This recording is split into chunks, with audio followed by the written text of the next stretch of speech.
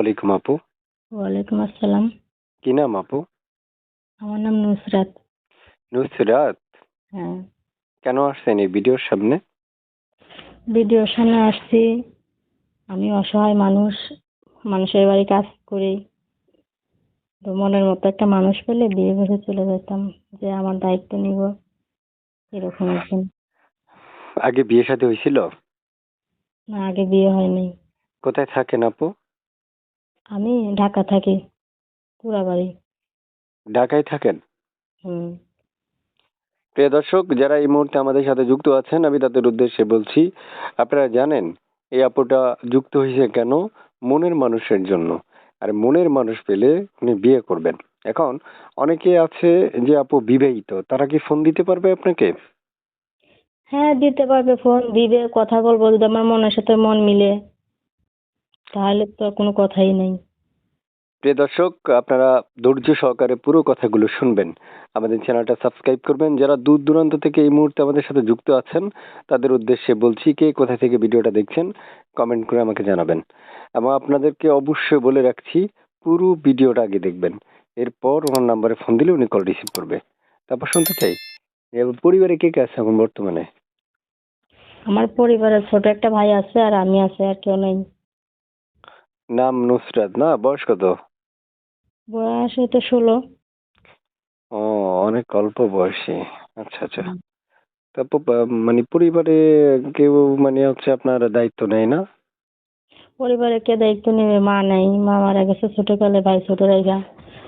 তারপরে বাপের একটা বিয়ে করছে, সৎ মা আছে বাড়িতে।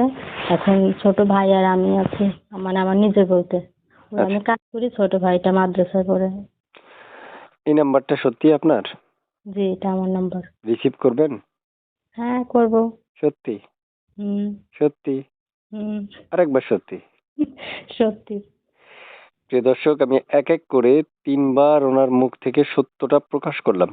এখন আপনাদের কাজ হচ্ছে পুরো কথাগুলো শোনার পরে, এই সুন্দরী আপু, এত সুন্দর কণ্ঠ তার, এই কণ্ঠের বয়স শুনলেই না মনটা জুড়ায় যাবে।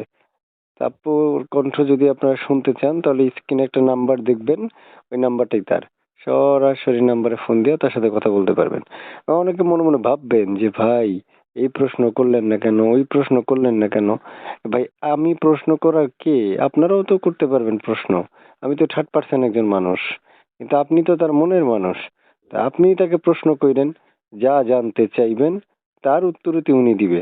3 মিনিট 3.5 মিনিট একটা রেকর্ডের মধ্যে আমি তার সকল বিস্তারিত উপস্থাপন করতে পারবো না। তাই আপনার প্রয়োজন ব্যক্তিগত কোনো তথ্য যদি আপনার জানতে ইচ্ছে করে, সেই তথ্য আপনি তাকেই জিজ্ঞেস করা, এবং ফোনের মাধ্যমে আপনি তার আমার থেকেও বেশি তথ্য নিতে পারবেন। আপু শুনতে চাই, সব কথা যদি আমি বলে ফেলি আপনি কি বলবেন আপু? আপু শুনতে চাই, আপনি কোথায় থাকেন? আমি ঢাকাতে থাকি, পুরা বাড়ি। ঢাকাতে থাকেন? ঢাকায় তো টাকা উড়ে। টাকা বললে কি হবে? আমাদের জন্য টাকা বলে না। ও, আচ্ছা আচ্ছা। আপু কি মধু টধু খান? সত্যি করে কইবেন তো। হ্যাঁ। মধু খান? মধু? মধু মনে হয় ছোটকালে মাখা পাইছে, কিন্তু বড় হওয়ার পরে তো আর খাইনি। ও, তো কোনটা এত সুন্দর করে কেমনে কথা কন, আমারে শিখাইবেন? অবশ্যই শিখাবো, শিখাবো না কিছুর জন্য। দেখ, আপনার মনে মানুষের শিখাইন। দর্শক যখন ফোন দিবে আপনার দর্শকদের সাথে কথা বলবেন, ঠিক আছে? আচ্ছা। কলটি যদি রিসিভ না করেন, আমি কিন্তু মন থেকে আপনাকে অভিশাপ দিব, আপনারা জীবনও বিয়া হইব না। বিয়ের জন্য আপনাকেই মনে করলাম, যদি বিয়ে না হয় তাহলে কিভাবে হবে? আচ্ছা ঠিক আছে, দর্শকের কলগুলো রিসিভ করবেন। ভালো থাকুন, আল্লাহ হাফেজ। আচ্ছা।